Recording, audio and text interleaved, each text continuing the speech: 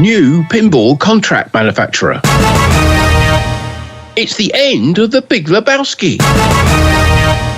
Alice Kickstarter launches next week. Hi, my name is Jonathan Houston. I'm the editor of Pinball Magazine, and I'm joined by... Hi, I'm Martin Evan. I'm the editor of Pinball News, and Jonathan and I are here in our regular monthly pinball industry news PINcast to look back at all the exciting events in the pinball world in the preceding month, which in this case is February 2025. And we often say it's been a really busy month and there's a lot to cover, but to be honest, February wasn't a busy month in the pinball industry, was it, Jonathan? No, but there's still a lot to cover. There is, but we're going to go through it as fast as we can after last month's epic super bonus edition, which was over 3 hours long, with interviews with Gary Stern and Stern Pinball team and David Fix. Right. We're going to try and keep this one relatively brief. Right. Well, we always try, but you know how it goes. That's true. Yeah, we're going to try harder. Right. Okay. So let's do it. Right, so starting off with American Pinball, and you think, why American Pinball? Well, as predicted in our previous PINcast, Aimtron, the mother company, so to speak, of American Pinball, have positioned themselves as a contract manufacturer of pinball and other arcade games using the name FunSub. Yeah, they created a new company called FunSub Manufacturing, which you can find at the moment at funsupmanufacturing.com if you want to go onto the web. Interesting name, FunSup. Doesn't necessarily immediately spring out as a great name for a contract manufacturer, but you know, maybe all the good ones are taken.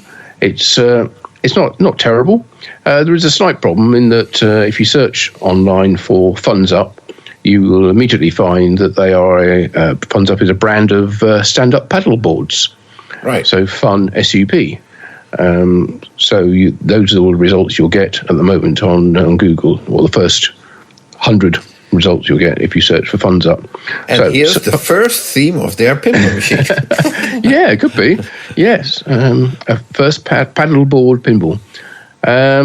So anyway, they've launched this website which says that they will be offering them their manufacturing capabilities for pinball, arcade, and family entertainment / redemption games. Well, basically what they already did for American Pinball, because American Pinball also was involved in one of those computer games for some customer of them. Yes, that's right. Yeah. They did an arcade game, and they also tried to launch their own redemption game. Yeah, with the Flying Dutchman. Yes, exactly. Yeah, which I don't think was a big success, but well, it never went anywhere. No, well, I was being kind. So anyway, if you go to their website, you'll see there are 3 streams that they're hoping to generate revenue from, which I just mentioned. It says their mission is to provide top-notch contract manufacturing services tailored to the amusement industry. And they say they are powered by Aimtron, as you said, American Pinball's parent company, which we covered in some depth last month when talking to David. Yes. So no news, basically, on getting American Pinball back on the road, or hiring back former employees or anything like that. No, or indeed launching their next title, which they have been working on and should be very close to being ready to launch if only they had the means to do so. Right. So anyway, so I took a look at the website of FunSub. Yes. Manufacturing.com. I came across some familiar pictures. Yes, under their pinball section, they have a picture, a rather large picture of their manufacturing facility and the production line. A bunch of Galactic Tank Force games all stacked up, and some Houdini machines being built, all of which I took when I was visiting, when you and I were visiting the factory in October 2023. Right. Just before Pinball Expo. So now the question is, are you going to sue them? Well, I didn't ask for permission, but there doesn't seem much point suing them. I don't think they got the money to pay compensation. So Here you have it, kids. We'll let you it ride. Just get away with it. Yeah, if you just fake if you the ask for illusion you forgiveness. don't have any money, then nobody will sue you anyway. Well, let's see if that works going forward. But anyway, we wish them the best of luck anyway with the funds up manufacturer. And I can't help but think that they could appeal. I can't help but wonder. Let's say I have a pinball concept, or let's say I have everything, playing prototype. Okay, take this into production. Are they currently able to do that? No, I don't think so. I think you'd have to come to them with a much more developed concept, complete with engineering drawings and bill of materials and everything else that they can order for you and then assemble, and then just ship the box product to you or to your distributors. And then after that, it's up to you to deal with the sourcing of materials and the quality control, service, marketing, all that kind of stuff. Right. So it's just as far as I can see, it seems like it's just a manufacturing facility and no more. Right. And then the question that rose with me, so to speak. Okay, so let's say you have a pinball design, you have all the 3D CAD drawings and everything, the parts list, and everything is completely, you did all the work. And you ask them, can I source production out to you? And they say, yes, of course. And I have a feeling that they're going to charge probably as much as they would retail for an American pinball game. So why would anyone be interested in sourcing it out if they are already, and this is an assumption on my end, but if they are selling you the product that you designed yourself at almost close to retail price, there's no markup left. I don't suppose it would work like that. They say, well, okay, it'll cost $2,000 to build your game. Okay, so you give us all the parts, or the spec for all the parts. We order the parts in. We assemble the game. We give it to you. You pay for all the parts, and it's $2,000 per game. And then you sell it at whatever price you want to sell it for. Yeah, I don't think it wouldn't be an American pinball game. It would be your own game. I get that, but I just fear that the price for for manufacturing by them is so high that there is no room for any markup. Well, that's the price they would have to work on, such to make it worthwhile for the company who is designing and selling the game. They're just not doing the building part of it. They may have a huge amount of the work done, as you say, but don't have the manufacturing facilities. So you just need a place where you can build the game and some staff to build it, and that's what Funds Up are offering by the looks of it. Right. Okay. So and not much more else. Sorry for this slight derail of me. That's all right. Okay. Yeah, I think it's interesting exactly what they're offering. We don't know yet. That's the thing, and it'll probably be tailored to every potential customer. I apologize for all the speculation that just happened. Yes, well, that's all right. That's what we're here for.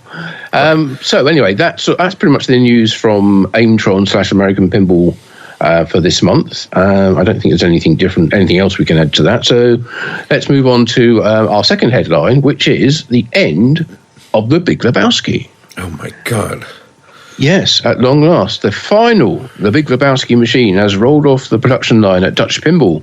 Yes, Story started before this, but from my perspective, started with a launch party at the Grand Café Lebowski, very close to where you are. Yeah, I'm very familiar with it. I worked there. Yes, indeed. Yeah.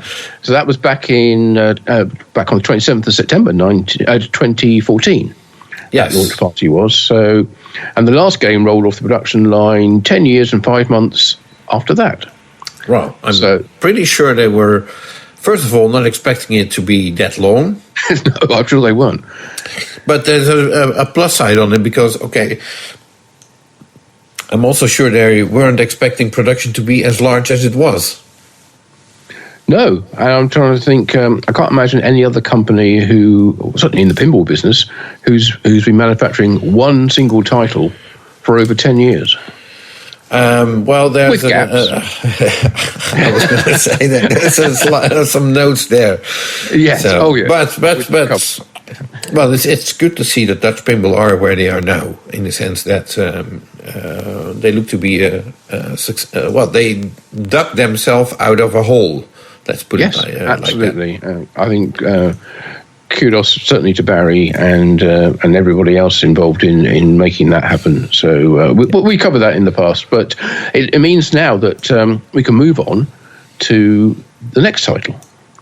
And that, as we know, is going to be the Dutch Pinball exclusive game, Alice's Adventures in Wonderland. Right. Developed with Melvin Brow-Williams and Barry. Mm-hmm. And production of that was due to start fairly soon. But I think there's been some developments there. Yeah, well, what I understood is there is one key component for the game that is delayed.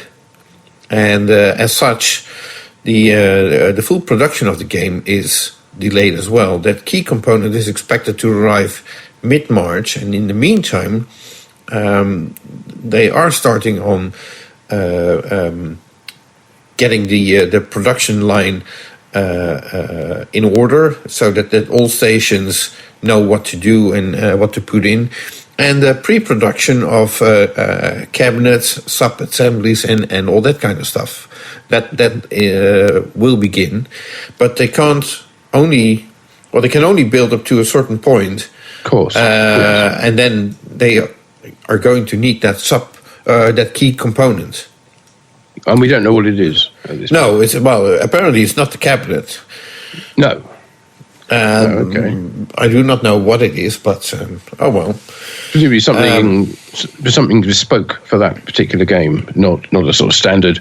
It's not a power supply or a computer board or that I'm aware of, no. So. Yeah, back glass or anything like that.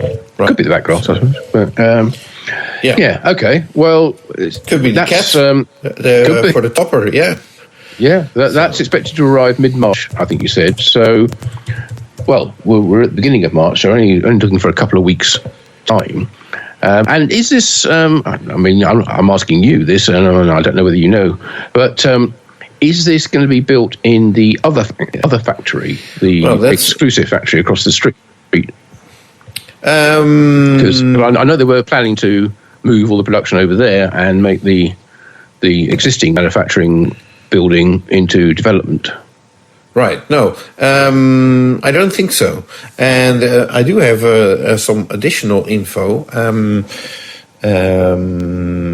which some people can check for themselves as well if they wish to. As we discussed earlier, Dutch Pinball has acquired a second building where production for all the DPX titles was supposed to be taking place, but It looks like that that location is now being used by the Pinball factory.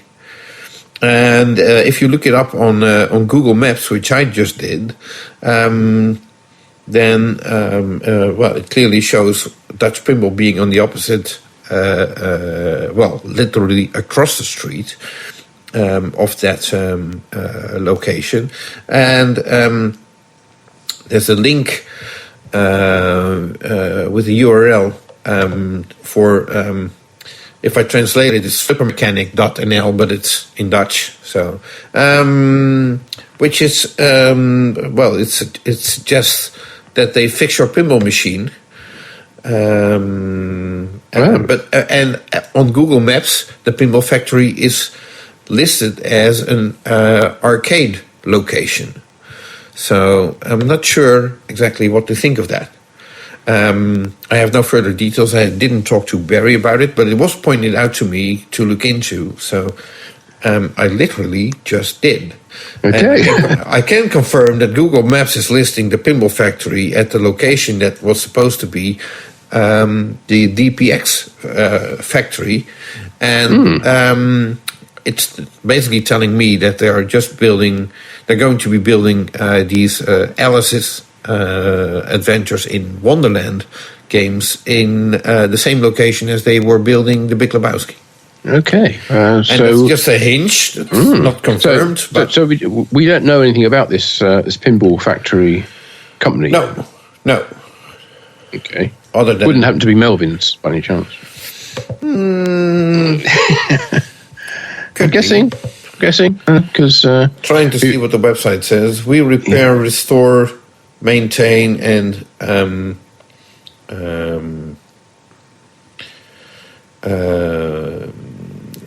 value pinball machines in this, so that they can put a price tag on the game that you're offering them.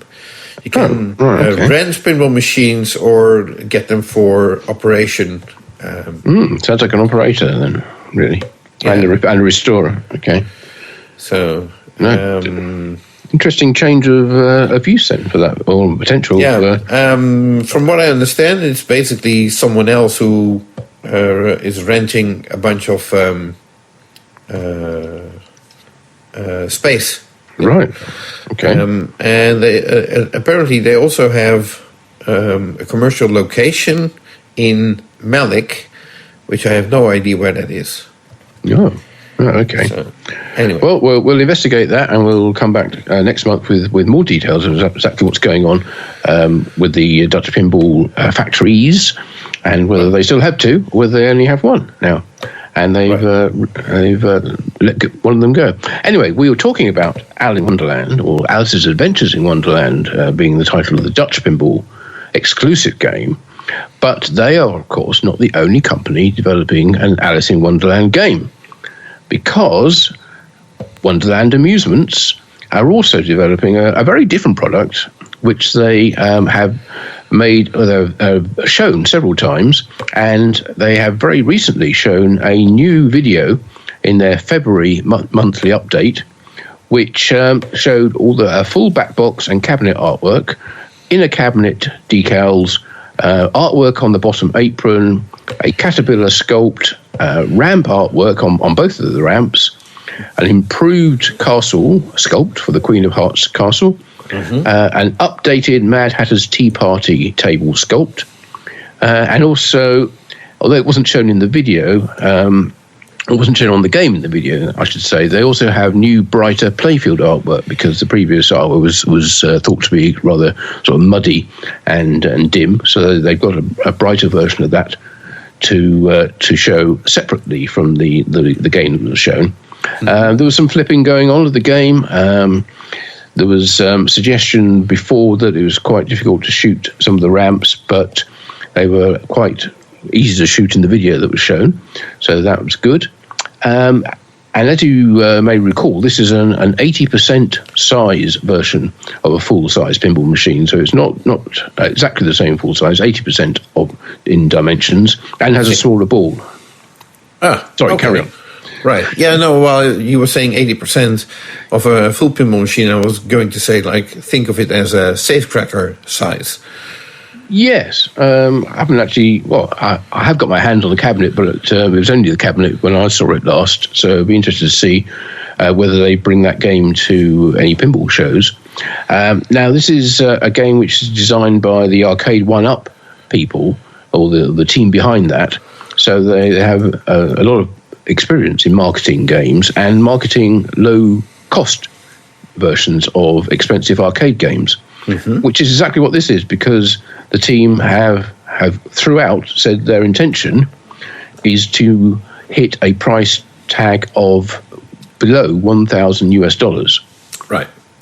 Which is quite an ask, really, in this day and age. They've made no issue with the fact that they're going to be manufacturing it in China, which, of course, brings us back to an issue we've been talking about before, and tariffs. Not even that. Yes. I was thinking longer back, because in the beginning of Dutch Pinball was planning to source out production of their games in China as well. Yes, that's right, after the deal with ARA fell through. Yes. Yes. Yeah, I think that was it, yeah. Yeah, that didn't work out well for a number of reasons. And ultimately, I think it was probably for the best that it didn't happen. But Wonderland Amusements are certainly intending to manufacture in China, and the videos they've shown of the game up until now have been from their China manufacturing partner, which is where it seems to be where the game is being developed. Now, whether the increased tariffs from China introduced by the Trump administration recently are going to blow that $1,000 price tag out of the water means it's going to be $1,200 or more, we don't yet know. But what we do know is that they are launching a Kickstarter to publicize and, I guess, just to pre-sell the game. And that launches on the 11th of March. We said previously they were going to do it, but we didn't know when exactly. It was thought it was going to be March or April. Mm-hmm. Well, the date is fixed. 11th of March is when it's going to go live. So if you go to kickstarter.com/projects/Wonderland Amusements and /Wonderland-Pinball. Yeah, if you want to go to the exact page, yes, /Wonderland-Pinball, indeed. But if you just search, if you go to Kickstarter.com and you type in that you're searching for Wonderland Pinball, then you probably get there as well. Yes, I think so. That's right. Yeah, we don't know what the different tiers are going to be for backers. Whether how much you put up to start with, whether you pay in full or whether you can put down a non-refund. Well, because it's been Kickstarter, it will be a refundable deposit if the project never goes into it's never completed. Yeah, but there will be different tiers, I'm sure, and different rewards for backers. So we look forward to seeing what that is when it launches in just over a week's time. I'm also curious whether that means that if they don't have enough backers, then they can basically back out of the entire project or not. Yeah, indeed. I'm interested to see what their target funding amount is, whether it's something which is going to be easily achievable. Well, if they put it down to, I don't know, $50,000, in which case they're probably going to hit that fairly easily if they give it, I don't know, a month or 6 weeks or 8 weeks of the whole campaign, or whether they price it really high and say we've got to raise $1 million to do this, which will make it more of a challenge. So anyway, the Kickstarter page that we just mentioned is already there, but the campaign hasn't launched yet. So if you're interested and you don't want to miss out, you can already visit that page, bookmark it, and then keep an eye on it. We can sign up for updates, and then you'll be notified when it goes live as well. Yeah. So. Yeah, which is the 11th of March at the moment, unless something happens. Right. Yeah. So, okay. So moving on then. Moving on, indeed. And then we get to our biggest pinball manufacturer in the world at the moment, Stern Pinball, who released a new range of John Wick accessories. Just what we've been waiting for. Yeah, exactly. So, and what are we talking about? We're talking about a shooter knob, expression lighting, speaker kits, side armor, and a topper featuring a multiple plastic layer, 150 RGB LEDs in the rotating hourglass, and a topper exclusive 3-minute long mode. So called TikTok Mr. Wick. And the new mode is also available as a challenge mode at the start of the game. So, but only if you've got the topper. Right. Or if you know how to fool the game that you have the topper. Yes, that's true. Yes. I think that's brought a certain amount of acrimony, should I say, on Stern, because they've been waiting for some updates to that game. Some improved rules, lots of fixes, and further development on it. And this big announcement came out, and it's basically saying we've got this new topper, and if you want to buy the topper, you can get this new mode. And if you don't want to spend more money on your game, then you don't get it. Yeah. So, people are looking at that and thinking it's buying additional content for the game, which is in need of further development. Right. So that didn't go down very well at the time, but they haven't forgotten about it anyway, because there are some new John Wick contracts that have been announced during the past month, Anyway, so it's still getting some love, but just not as much as owners were hoping for. Right. Okay. So, and then, this weekend, basically, there is a toy fair in New York City, being held from March 1st until the 4th. So that's still 2 more days. Mm-hmm. And Stern Pinball will be attending. It's an annual event featuring thousands of new and unique toys, games, edutainment, entertainment-driven experiences, and more from around the world. I'm such a good newsreader. Yes. Yes. But Stern Pinball will be on booth 5359, where they will be showcasing the newest game, including their latest critical hit game, Dungeons & Dragons, The Tyrant's Eye, and The Uncanny X-Men. So, critical hit game. Yeah. Right. Not so sure what so critical is about it, but Stern will be represented by Seth Davis and Jody Dankberg, ready to answer any questions. Any questions? Any questions. So if you want to know why bananas are curved, ask Jody. Yeah. I'm sure he'll be able to give you a very good answer to that. Right, so, and interestingly, although not exhibiting at the event, Jack Ranieri of Jersey Jack Pinball, founder of that company, posted photos on his Facebook page that he's attending the event, the toy fair, that is. So not the Stern stand. Well, maybe as well, you never know. Jack's not shy of walking into a competitor's booth or So okay, yes, so that's all for the toy fair. But there's more fairs.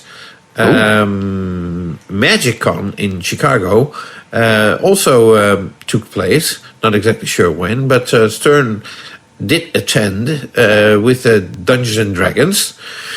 And the game was also featured on the IGN FanFest video series.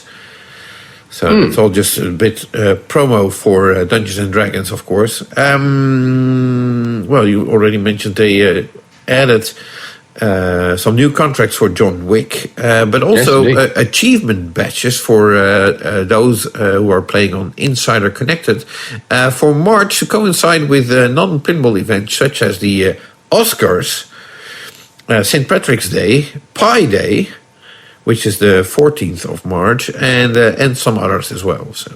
Yeah, an amazing number, 132 different achievement badges for the month of March. Oh. Yeah, which I'm sure you're going to want to collect them all, aren't you, Jonathan? Oh, yeah, I can't sleep if I don't collect them all.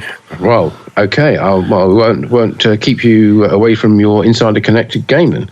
And we'll move on to... your favourite section. The new code. Oh, yes, I can't wait. New code, yes. Not surprisingly, Dungeons & Dragons was there. 2 new updates this month. On the 7th and 18th of February, basically just lots of rule changes. They keep changing quite significant aspects of the game at the moment. Additional rules added and a few extra sound effects and lots of bug fixes. I don't know whether they fixed the bug with the dragon itself, which seemed to be quite problematic, but hopefully. It certainly seemed like it needed fixing. Yeah, it's a bit worrying when you go onto like Pinside or whatever and see a thread title saying "Is Dungeons and Dragons a fire hazard?" I think that's a little unfair, but it certainly has had a few problems with the movement of the dragon. Other software this month was the Uncanny X-Men. Yes, another game like John Wick, which people thought was a little bit neglected, shall we say. Well, they got version 0.90 out on the 19th of February, which wasn't the big update that owners were hoping for. It did have lots of new speech calls and sound effects, and they changed many of the rules for modes and multi-balls, fixed quite a lot of bugs, added some extra display effects, but didn't add things like mini wizard modes or indeed a full wizard mode, which people have been clamoring for. But it's only at 0.9, so there's still plenty to go before it reaches 1.0. Right. People get restless, but it'll get there in the end, I'm sure. Oh, yeah. And knowing, Jack is probably still involved with this as it's his game, Jack Danger. That's right, yeah. Yeah, so actually I thought the game was extremely fun when I played it last year when it just came out, and I can't wait to play it with the new code. Yeah, I think the problem was just that it was rushed and it was less developed than you might expect because it had to fill a hole on the line. Right. So if you think of it in those terms, then yes, it'll take a little while before it reaches 1.0 with all the features added. Right. Okay. So then, well, we already mentioned Jack Ranieri, so why not hop over to Jersey Jack Pinball, also in Elk Grove. Well, I'll tell you why not, because there's no news this month from Jersey Jack Pinball. So moving on to Pedretti Gaming. Jersey Jack Pinball just been sort of on social media. They've been promoting all their other recent games like Toy Story 4, Guns N' Roses, Godfather, Elton John, and Avatar. Of course. But we are kind of waiting on the announcement of Game 11, which there's no set time for that yet. We don't know whether it will be announced this month or next month, but I don't think it's going to be much longer before... Well, I did ask with Jack whether we were going to see a new title at the Texas Pinball Festival, and all he could say was, maybe.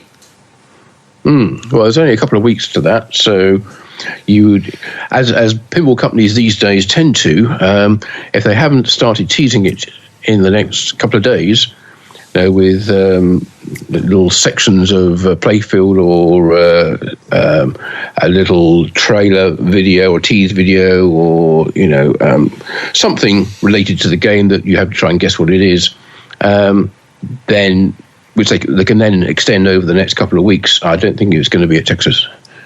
Right. Okay. So we'll find out in the next few days. We'll just have to wait and see. Yeah, so moving on, as you said, to Pedretti Gaming, and this is some news from them. Well, a little bit. Okay. They're still building and shipping Funhouse remake games, mostly to America, I think. Glad to hear it. Hopefully for them. No tariffs will be increased and what have you. No, not yet, anyway. Another one of those wait and see situations. See what develops with that. But I know that was done in conjunction with the pinball company in the US. So there may be some means of bypassing tariffs if it's a pinball company who's actually marketing the game. But anyway, speaking of which, they have posted an unboxing video for the new Funhouse remake on YouTube. Yeah, the pinball company that is, yes. Yes, that's right. They've been explaining the differences between the original game and the remake, so all the additions that have gone into it.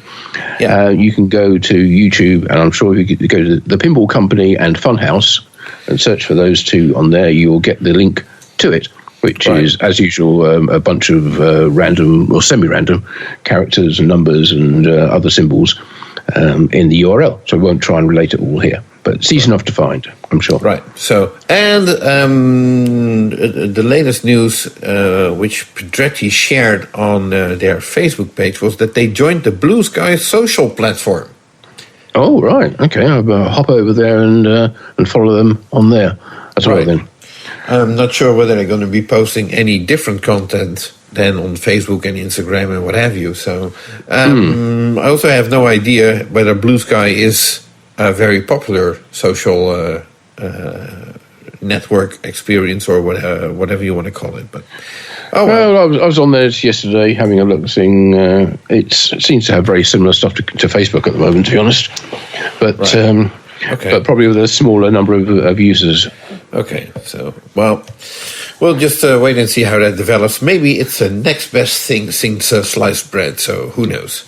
Well, looking forward to having it for breakfast then. Okay, so Pinball Brothers slightly Sweden. Related. Yes. Yeah. No news. No news. Other than, I expect them to still be building ABBA games and or other games, although I haven't seen any recent photos or footage that they are actually shipping games. But that doesn't mean that they're not very busy. I did happen to talk to, or chat, I should say, with the CEO Daniel Jensen, who informed me he will not be at the Texas Pinball Festival. Oh, that's a shame. Yeah, it is, because that's usually when we do an interview with him. It is. But it doesn't mean that there will not be any local Pinball Brothers representation, Fun, I guess. Is probably, probably. Probably so, the nearest distributor for them. Right, so... that's all we have right now on Pinball Brothers. So it's a very short segment, and we move on to Spooky Pinball. Yeah, we said it wasn't a particularly busy month, and Spooky Pinball, of course, busy up in Benton, building their games. Evil Dead. Mostly at the moment. But there's no actual news from them other than a couple of code updates, one of which is Evil Dead, of course. That came out on the 17th, which added quite a few tweaks to the feature set of the game, fixes some bugs and adds a few extra options to the in-game menu. And there's also a new Looney Tunes code came out on the 27th. It's curiously labelled as beta, depending on where you are in the world. Kind of suggests that it's not fully tested, but it does add 2 new episode-based modes called Baseball Bugs and Rabbit Punch.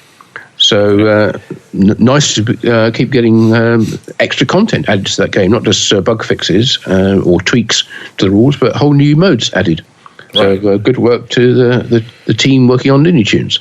Right. So, and then there was a little bit of news, which is more like a rumor. Ooh. So we don't do rumors. No, definitely not. No, but if we did, the fact that there is being rumored about a certain upcoming title is something that we can report on, because that's actually happening. The rumor is happening. Yes. Yes.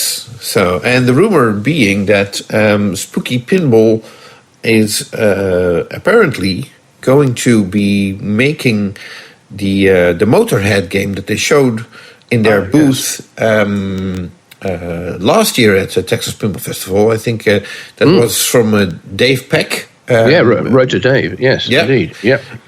From Australia, who built that game.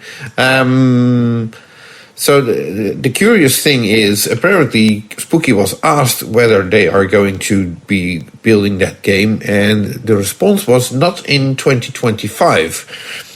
But they didn't deny that it was going to be a future game. So you could read into that they are not doing that game, or you could read into that it might be next year. So not 2025, but after that. So. Yeah, indeed. Yeah, and that's the rumor, so it's pure speculation. We just report that this is the rumor that is going around. Right. Okay. Well, we won't speculate any further then on that.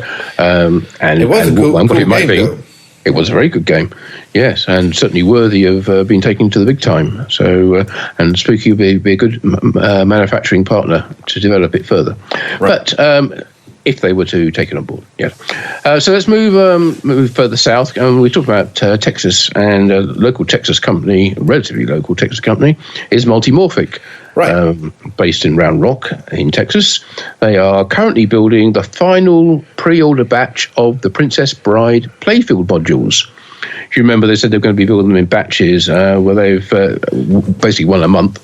Well, they're building the final pre-order batch. It took them 6 months or will have taken them 6 months to complete all the pre-orders by the time they finished. After that, they'll keep building them, but they'll build some for future orders, basically to go into inventory. And also alongside that, we'll be making some complete P3 machines without the modules in. But the base machine, doing that in anticipation of the announcement of their next game title.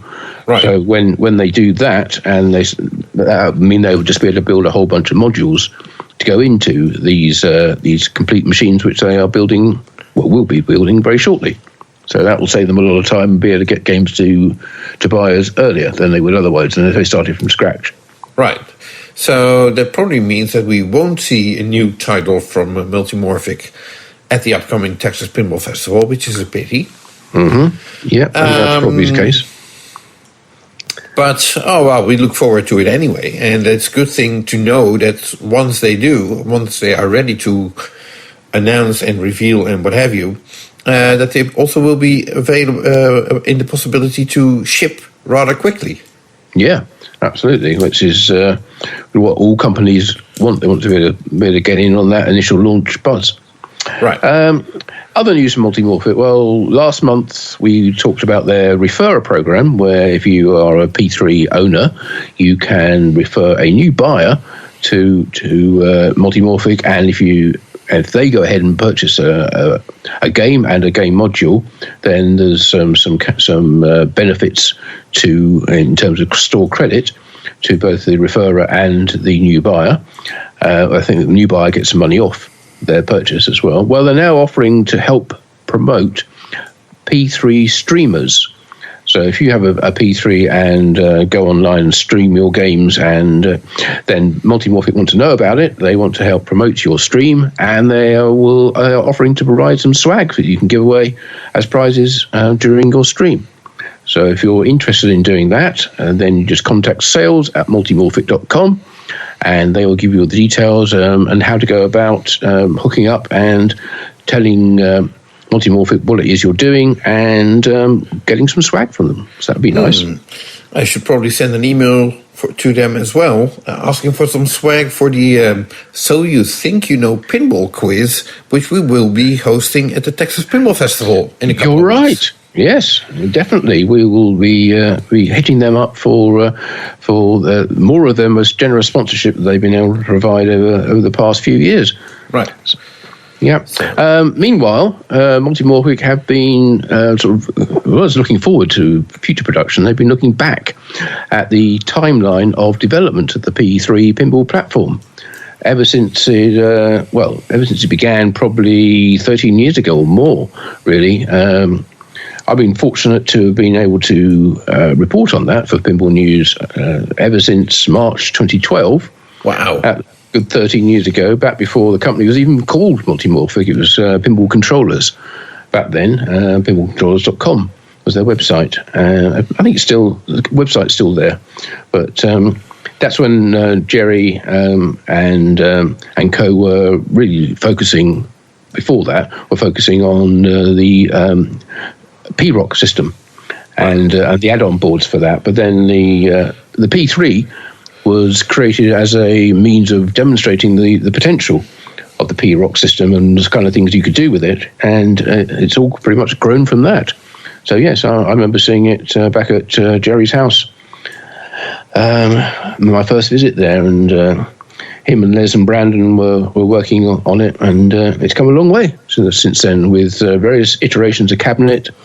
The playfield has changed somewhat. Various features have been added to it and improved as well. Flippers, pop bumpers, slingshots and things like that, side targets, extra upper flippers. It's all been improved, in the trough particularly. But anyway, if you choose to go to Pinball News and go to the old website, which is a link on the right-hand side, then you can, in fact, you just go pinballnews.com/games/P3. I think you can read all these stories we've done over the past 13 years and seeing how the game has developed in that time. It's quite fascinating. Right. If I do say so myself. Yeah, okay. Well, thanks for that shameless self-plug. Well, if I don't do it, who will? True. Yeah. So while we're in Texas, heading even more down south, we have Barrels of Fun, known for their Labyrinth game. There's a little bit of news from them. They hosted a factory tour for those attending the Twippy Awards, which were held at the nearby Wormhole Pinball Arcade. And we hope to visit Wormhole as well while we get the chance to visit. And Barrels of Fun. And Barrels of Fun as well, yes. So, and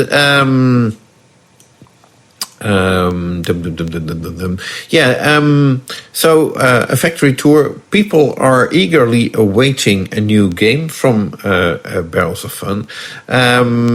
So of course, people ask, and we see photos of doors that are not allowed for entry for non-employees and so on, and strictly forbidden access, yada, yada, yada, yada. So, but apparently what the factory tour has learned us is that Barrels of Fun have about 100 to 150 Labyrinth games still yet to make, which probably takes them about a week or 6 to complete those.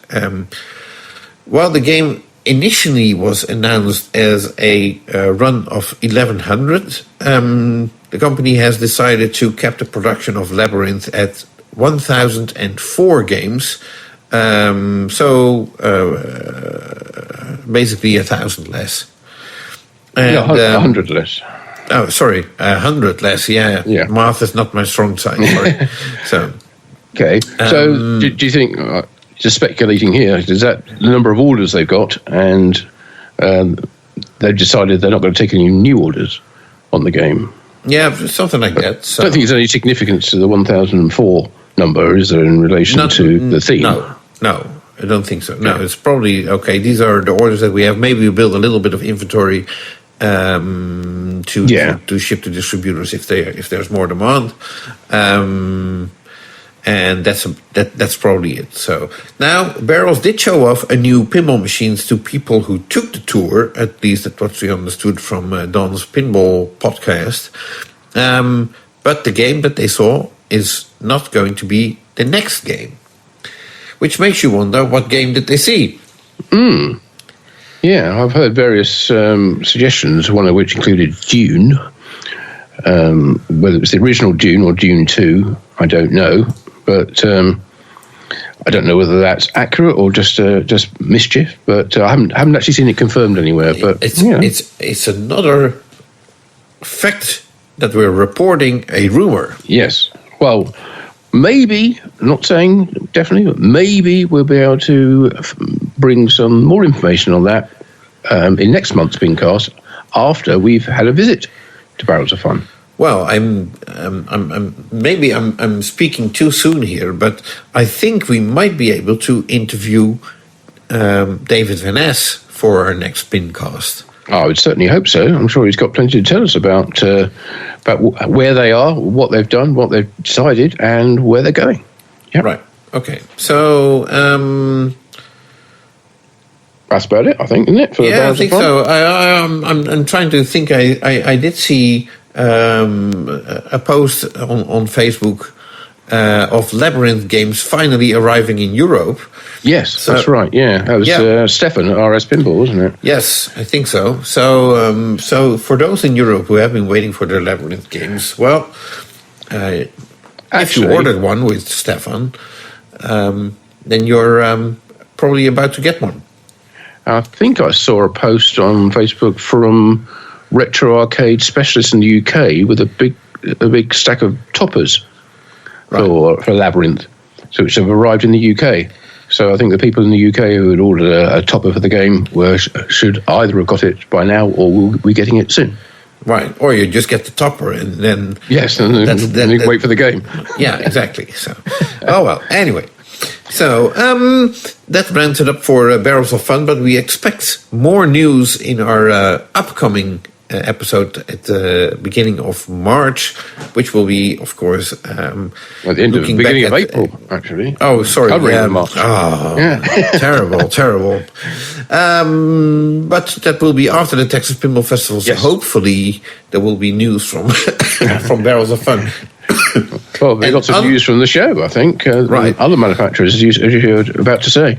Right, yeah. And unlike what you just said about manufacturers teasing upcoming games for weeks in advance, well, with Barrels of Fun, yes, they did tease Barrels of Fun as a company for weeks, but they didn't tease Labyrinth. No. No, that was a complete surprise, and I would not be surprised if they decide to do something similar with, if they are revealing a new game at the Texas Pinball Festival, it's going to be very close to the show before they announce anything. Yeah, or may not even announce anything. You might just turn up at the show and have it there. Right. So surprise everyone again. That seems to be their way of operating, which is good fun. Good fun for everyone. Yeah. Barrels of fun, in fact. Yeah. So, anyway, we'll get back to that next month. But for this month, we are currently looking at the Home Pin factory in Taiwan. Yeah, the company that is supposed to be manufacturing the Blues Brothers. Mm-hmm. But they also have a history of producing power boards and aftermarket boards, replacement boards for various pinball and other arcade games. So they're basically an electronics manufacturer, I think. Right. Is where they started and where they founded the company. Well, there isn't any news this month on Blues Brothers or any of the other games. Spinal Tap either. But all we've got from Mike Kalinowski there is a picture of, or a couple of pictures of the arrival of some boxes of electrolytic capacitors, 15,000 microfarad ones for those who are interested in that kind of thing, which are for an upcoming aftermarket board, and that's all we know. He says they look like they would be suitable for a power supply related product, but we don't know what it is. But no directly related pinball news from Home Pin this month. Okay, so, that seems like a good time to head back to Texas then. Good idea. Yeah. Get back to some real pinball. Right. So we're talking about Turner Pinball. And similar to the Labyrinth games that we were just discussing of Barrels of Fun, the Ninja Eclipse games from Turner Pinball also made it to their European distributor, RS Pinball in Austria. So, and on top of that, Turner Pinball also announced they have shipped more than 50% of the first edition Ninja Eclipse machines. Which is 50 machines, I believe. Yes, because the production is limited to 100, if I'm not... Well, the first edition games, in fact, all the games, I think they said they're not going to make a second edition of Ninja Eclipse. But who knows? Maybe they change their mind. We never know.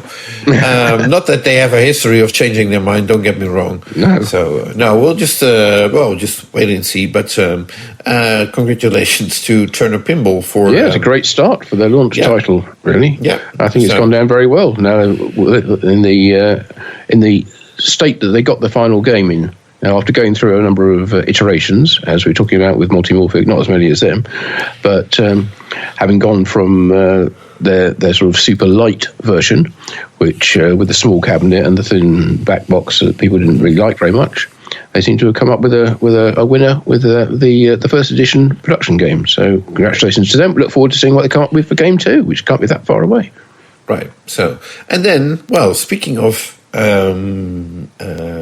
being more halfway through the production of a pinball title, the same goes for the Pulp Fiction limited edition production, which is done by Chicago Gaming, as we all know. Right. Okay. So the limited edition model. Right. Okay. Which people were waiting a long time for. So it's now halfway through.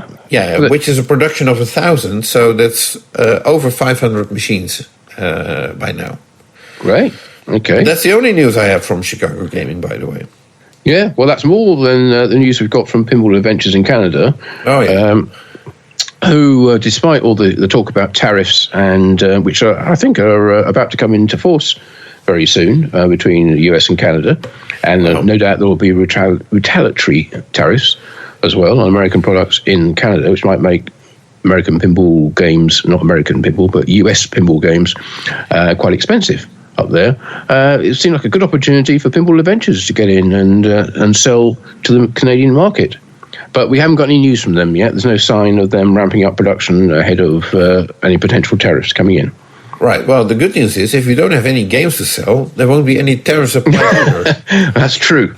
Yes. There's always an upside. Yes.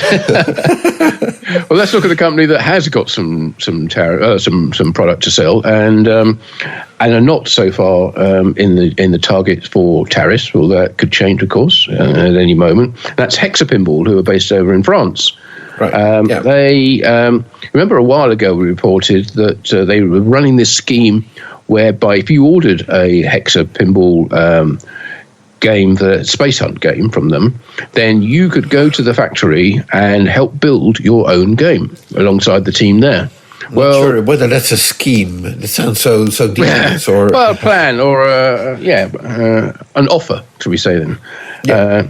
Yes, an offer where you can go and help build your very own game. Well, they're rerunning that now, so if you haven't bought a Space Hunt game and you fancy having one, and you are able to get to the Bordeaux region of France and go to the Hexa Pinball factory, you too can be there as your own game is built and contribute to that build under the supervision of the team there. Yeah, so build faster. Yes, stand there with a whip. Exactly, yeah, something like that. No, build better. So, and on top of that, they also published a map explaining the rules of their Space Hunt game, how to play the game, which you can find on the hexa-pinball.com website on the support page. They also posted an image of the map on their social media. And of course, that's a good way to see whether you think, is this a game for me? Yes, you can see the depth of the rules within it. Yeah. So good. Okay. That's all for Hexa Pinball. Yep. Oh, they did start announcing a number of shows that they will be attending this year in France. And probably, well, I wouldn't say overseas, but probably, Europe. Let's say that. So, right. Okay. But so they did announce the first French show that they will be attending, which is, I think, already the second weekend of March, the 15th, somewhere. Didn't write it down, but I'm sure check their socials and you'll discover it yourself. Okay. If you happen to be in France anyway. So interesting you should mention about the 15th of March, because it's also the date for a show in Australia where Vector Pinball will be exhibiting, and that is the Hoey Moe's third annual Pinball Festival, held March the 15th at the Hoey Moe's, which is a bar, restaurant, function, event room building, I should say, in a place called Coffs Harbour in New South Wales. Right. Now, they reckon they have about 25 pinball machines set up on this, and it's a bit of a strange event by the looks of it, because they seem to split the day into like three sessions, all of which are only like 2 hours long. So you can be there from like 11 in the morning till 1, and then 1:30 till 3:30, and then like 4 till 7 or something in the evening, and that's it. And each session is sold separately. But I guess with 25 machines there, they need to be a bit careful about it getting oversold. But Vector Pinball are going to be there, and they are going to be bringing some of their Australian designed and manufactured pinball creations. According to the event's website, they'll be bringing one of their 8-ball Fury games, 2 of the Peter Brock games. I guess they have 2 different artwork packages for that, so maybe one of each. And also one of the Holden pinball games. I don't know. I think you have a couple of those as well. I don't know which one they're bringing. So if you want to get your hands on some Vector Pinball games, head over to the Hoey Moe's third annual Pinball Festival, March 15th. Right. Yeah. So in the meantime, they also updated the vectorpinball.com website with a new front page, which seems to load quicker than before. Still not a very fast website. I found it quite slow. Yeah. But I noticed that previously you mentioned that their Holden games were on a website called holdenpinball.com. Right. That is now integrated into the vectorpinball.com website as a subsection of that. In fact, it redirects to it if you go to holdenpinball.com. Well, interestingly, the Vector Pinball Facebook page lists a whole bunch of different URLs for their website. I mean, there's a Peter Brock Pinball pinball.com, 8ballfurypinball.com, holdenpinball.com, and a few more. Well, I'm just... I suspect they all I'm point not to the reading same these. website. Yeah, they all refer to just link to the same website. But, oh well. Yeah, just covering all their bases, making sure nobody else gets in there and takes those URLs. I suppose so, yeah. So, okay. But that's all the news for Vector Pinball, or however you want to call them. Yeah, and also all the news from Australia, I think, as well. No news from Haggis. No, I've been trying to find any more information about the liquidation of assets from them. It's all gone very, very quiet over there, as far as I'm aware. I haven't been able to get any extra information over and above what we've already reported. So can't help there this month. We'll keep checking. Right. Okay. So there's also no news from a company called Bitronic Spain, who we know is manufacturing the Tokyo Perfect Drift game for Antonio Arturo, or at least it's his design. Yeah, I'd really like to see some more about that, because that's a game, and it doesn't seem to have been sort of publicised or advertised very much anywhere. Yeah. So I think deserves to be. Yeah, so I did send an email to Antonio. He didn't get back to me yet, but then again, I only sent it 2 hours ago, and it's Sunday, so... Well, okay. I was hoping he was just checking his email, but... he didn't get back to me yet, but hopefully we can bring you more news on that. There's a couple of European distributors for that game, but I haven't seen anybody really announce that they have the game in stock or that it's finally arrived or something like that. So no streams, all that kind of stuff. So it makes me wonder. I've seen photos of the factory with rows and rows of cabinets of games being built, which is great. But where are they going? Yes, that's right. We want to see them. We want to get reports. We want to play them ourselves. Exactly. Yeah. Yes. Well, hoping they would be at EAG last month, but sadly not. But not last month, in January now. Right. Anyway, so you did some checking on Cardona Pinball. Yeah, nothing new in the pipeline from them, but they have been doing a few new videos on their YouTube channel, mostly about how to install their kits or assistance in installing their kits. There's already a lot on their YouTube channel about their Black Rose, Skull and Bones, and their No Good Gophers Battle for the Green kits. But there's also a couple of new ones addressing a couple of problems that people have had in installing them. I just admit, when I installed the Black Rose Skull and Bones one, I didn't have any issues with it. It all seemed to fit perfectly well. But I know that different people or different games are made in different ways. Now, these are old games now, Black Rose particularly, and all the original games weren't necessarily made to the same specifications. So you can understand that some people might run into issues that I didn't. But anyway, there's some new videos there on Cardona Pinball. There's also another one which I haven't looked at yet, which is advice about how to soundproof your game room to keep down the noise of your pinball machines and not to disturb people in adjacent rooms or indeed adjacent buildings. So go and have a look, Cardona Pinball on YouTube. Right. Okay. So then we have new game alert. Well, or not so much actually. Yeah. So we have been talking about on and off about a company called Tilt Bob Pinball, which was founded by Bob Neese, if I'm not mistaken. Yep, that's right. Yeah. And it turns out they were working on this game called Road Trip that we knew, and for some reason they decided to change the name of Tilt Bob to Rams Pinball Production or Rams Pinball Manufacturing, one of the two. Yeah, I think there was a legal issue with using the name Tilt Bob.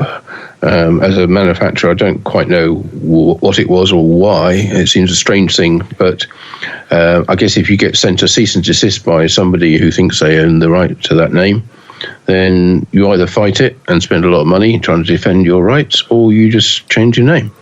Right. So they changed it to Ramps, RAMP''S, right, as the name of the company, which... Well, what's in the name? Well, yes, but of all the names, it's not even plural. It's possessive. So who is Ramp, and why is the company named after them? Right. Oh, well.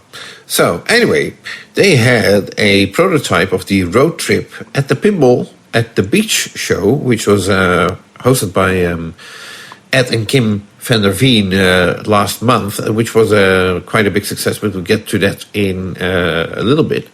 Apparently, the game was running on a very early code, 0.3, which probably is just enough to keep it running through the show. There was no price set, as the bill of materials isn't finished. There's supposedly a maximum of 500 units to be produced, although they said anything over 100 sold is a big win. Now, if you're curious about that game, I think Kerry Hardy did an in-depth video interview with Bob Nees, in which he is walking you through the game as well with the glass off, so you can get a good idea of what the playfield looks like and so on. So just go on YouTube and look for the Kerry Hardy channel, and it's probably one of the first videos you'll find in there. Mm-hmm. And that was from Pinball at the Beach, I guess. Yes. Yeah. Yes. Okay. So, and that's all we have right now for Ramp's Pinball. Yeah, so a few companies where we don't have any news this month, one of which is STR Pinball in Spain, going back to them. We haven't had any news from them for a long time. Yeah. Quetzal we were talking about just now, that's Antonio's company. No news from them just yet. Circus Maximus. No official news, although I do know that Antonio is working on a new game design. Yes, I know that as well. Yes. Yeah. Yeah. Well, we can't say anything about that at the moment. No, we can't. Oh, I just did. Oh. No. Oh, damn. Well, we'll edit that bit out. Well, I didn't sign the NDA, so. Okay, I was just saying Circus Maximus, as usual, no news from them, if indeed they still exist as an entity. So I think that covers all the companies. We now move on to other news then from the pinball industry in the past month. Right. Well, as you may have seen, the Trippy Awards were held in at Wormhole Pinball. We mentioned them earlier, right. And there was an audience. There were people who were actually at the awards, and of course they were the ones who went on, or some of them were the ones who went on the tour of the Barrels of Fun factory. Trippy Awards previously had been held at the Texas Pinball Festival, but this year weren't. They were held at, we say, Wormhole Pinball. Well, I suppose it's a bit more low key now. Jaws seemed to win the most categories. It won, I don't know, about 6 or 7 different with Twippies for various aspects of it. JJP got a couple for Elton John and Avatar. I know Metallica Remastered also got an award. Pinball Expo won Best Show of the Year. That got the thing with Texas. Well, I think it's hard. I mean, especially in Pinball Expo's anniversary year, as last year was. Right. Yeah, I think the amount of events that were put on for that, I think would be impossible for anybody to beat that. So anyway, that came and went. There was some technical issues with it, I know, but I think all in all, there's a lot of people working on it to make it a success, and we'll see where it goes from here, and whether it ends up being a sort of going back to a major show again or not. Right. Okay. So then you found some info about the 4th annual Pinball Degenerate Awards. Yeah. Had an email from Joe. Now, I'm always going to pronounce his surname incorrectly, but Chiaravino, this is how I'd probably say it, but I don't know whether it's a soft C or a hard C, but I'll say it's a hard C. So Joe, who is heads up Pinball Degenerates, he's going to be doing, as you said, the 4th annual Pinball Degenerate Awards, a.k.a. the Degennies. They'll be taking place on that same weekend that we were talking about just now, the Saturday the 15th of March, at 8 p.m. Eastern Time, live from the Super Wonder Gallery in Toronto, Ontario. Sorry, Toronto, right. Ontario. So, and if it's going to be streamed live, I suppose. Yes, it is. Yeah. Well, there's no tariffs applied for watching it online. No, absolutely free. It'll be on YouTube, Facebook, and Twitch. It will apparently be featuring a jam-packed night, including live variety acts, comedy, music, game show with prizes, and the most awards in Jenny's history. Oh. So join Joe on the 15th of March from 8 p.m. Eastern and see more Jenny's awarded. Right. Okay. So, and then we briefly talked about we mentioned the Pinball at the Beach event, the first edition, hosted by Ed and Kim van der Veen, former organizers of the Texas Pinball Festival. I should also mention Marshall as well from the Little Shop of Games, who's also organising it and brought most of the games to it. Right. Okay. Well, so okay, a collaborative event, I would say. Right. Well, that appeared to be have been a very successful event. The weather was nice. There were quite a few industry guests, mostly from Stern, if I'm not mistaken. Actually, a surprisingly lot yes. From Stern. It's like Stern basically chartered the plane and went over there with whoever was available. And apparently a lot of people didn't mind exchanging the Chicago weather for the Florida sun. Yes, exactly, and being in a beachside resort for a nice weekend.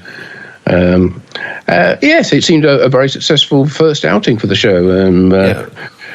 Obviously, a lot of work to put it on, but the resort seemed nice. There's a report from our good friend Ross Simpson on Pinball News. If you'd like to go and have a look and see for yourself some pictures and walk around video as well of the games. There. Also, at least one interview with George Gomez that was filmed at Pinball at the Beach, and I'm not sure whether that same reporter talked to other people as well. But if you go on YouTube and you Google or you look for Pinball at the Beach, I'm sure you'll find it soon enough. So. Yeah, absolutely. Yeah. Well, anyway, talk about trips to places with nicer weather. We were talking earlier about our planned trip to Texas in a couple of weeks' time. Hope to visit Barrels of Fun, maybe Wormhole Pinball if they're open when we are there, before we head up to Frisco for the Texas Pinball Festival. And as you said, where we will be hosting our So You Think You Know Pinball quiz. We don't know exactly when that is, because when I last looked, which was I think yesterday, the full schedule hadn't been published right now. There were some things that were on the schedule. There's some magic acts as well and bands as well playing. I think the Go-Go Gorillas, I think, are also playing there one night. Go-Go. Yeah, but I don't know whether we are. I think we're probably going to be on Saturday night, I suspect. But you'll find us in the hotel's bar as ever, and we'll be looking forward to seeing you there with lots of prizes to give away and silly questions to ask about pinball trivia. Right. So hopefully it won't clash with anything else that's going on either at the show, like a signing autograph session or anything like that. Yeah. Oh well. So we'll see. And I we were both asked to contribute some content for the program guide for the Texas Pinball Festival. Yeah. I don't know what you provided. I know what I did. Well, I have to hold my hand up and say I was busy as my house was in chaos with builders ripping everything to bits. I was not in a position to sit down and work on an article. Right. Okay. So, well, if you're lucky enough to attend the Texas Pinball Festival, you will usually you will get one of the programs as well. And the page that I contributed is actually in collaboration with our good friend Gary. Gary? Oh, I haven't heard from Gary for a while. Yeah. No, we talked to Gary last month. Oh, that Gary. Yes. Right. Okay. Gary Stern. Yes. I'm talking to you. Were referring to a different Gary. So no. And I got permission to basically to publish What's Cooking with Gary, his recipe that he shared with us for chicken legs last month. Yeah, so yeah, it's a bit of a just a funny thing, but it is very light-hearted. I think it's good fun. Yeah, I think and you did a very nice job with it, I have to say.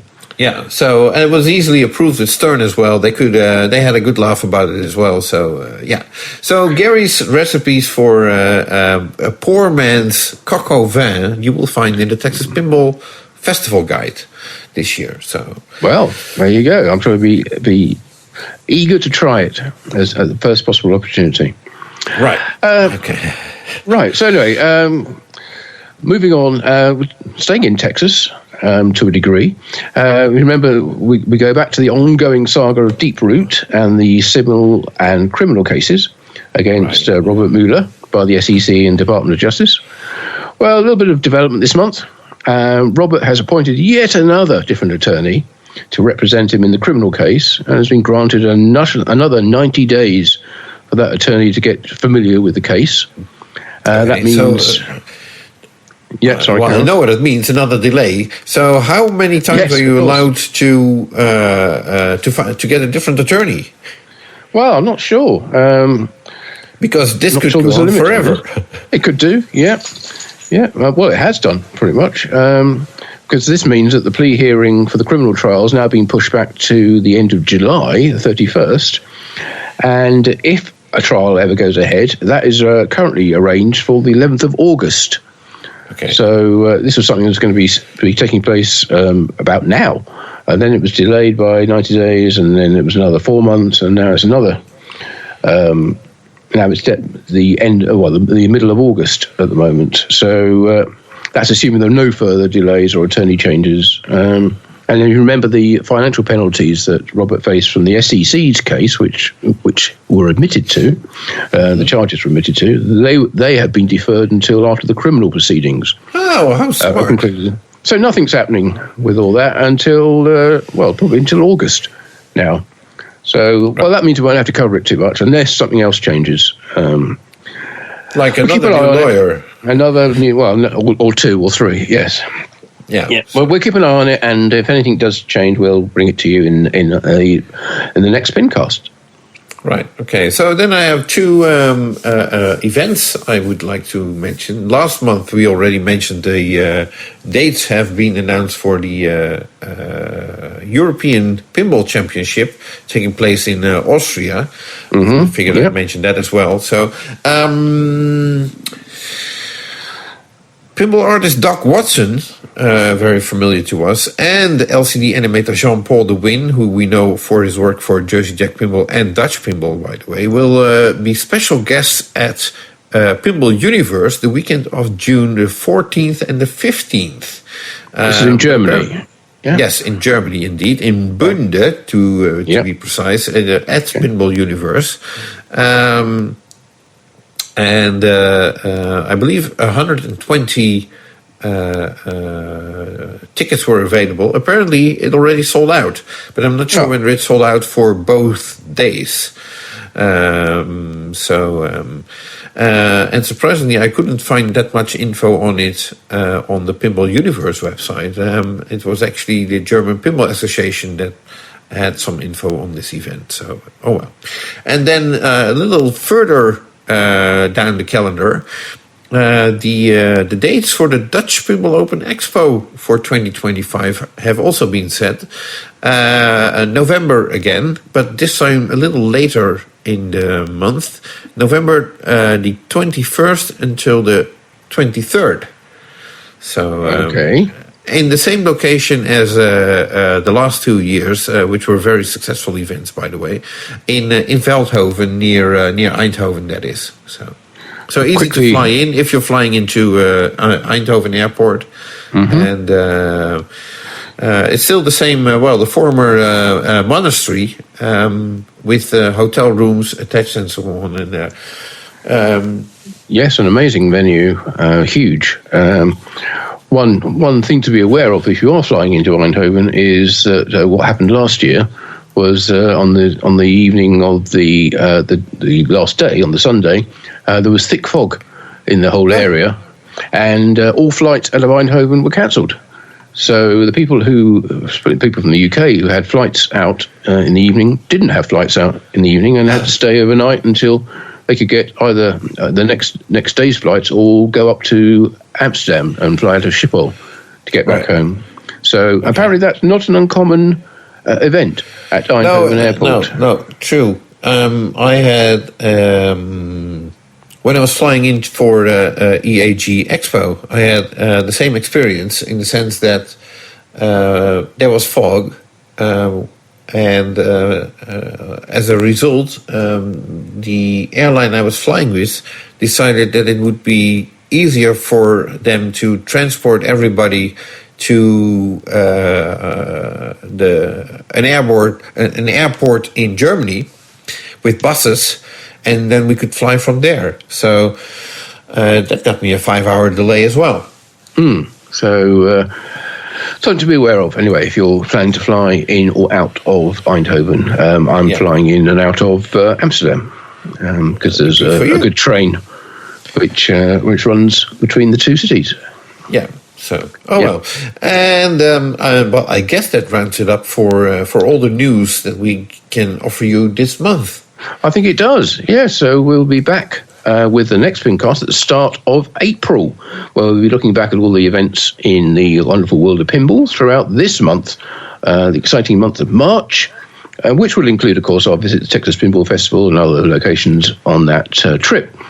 So check out reports of those on Jonathan's Pinball Magazine website and my Pinball News website, where you'll be able to read all about where we went and what we found.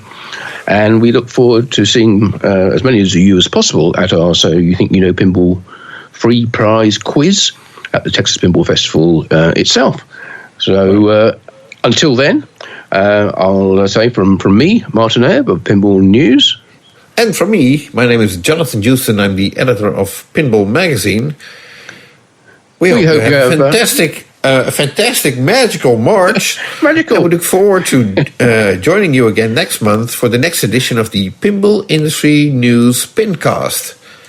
Bye for now. Yeah, bye-bye.